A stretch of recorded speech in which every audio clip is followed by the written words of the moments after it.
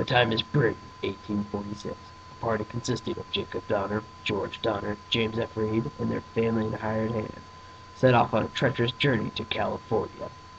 Yeehaw, we're going out west, and absolutely nothing could go wrong. He was wrong about nothing going wrong.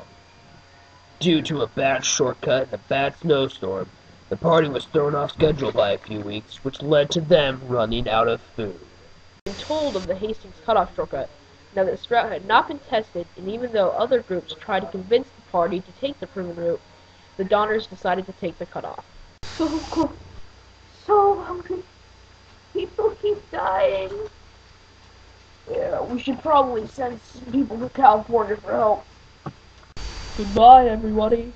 The party sent 17 to California for help. Out of the 17, only 7 made it. The remaining members of the party, stranded in the mountains, started to starve, so they resorted to the unthinkable, cannibalism.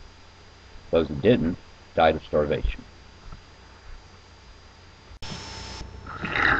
Get in my belly!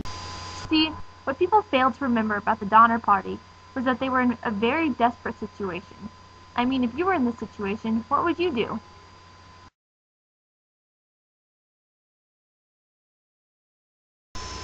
Oh, thank you, we found someone.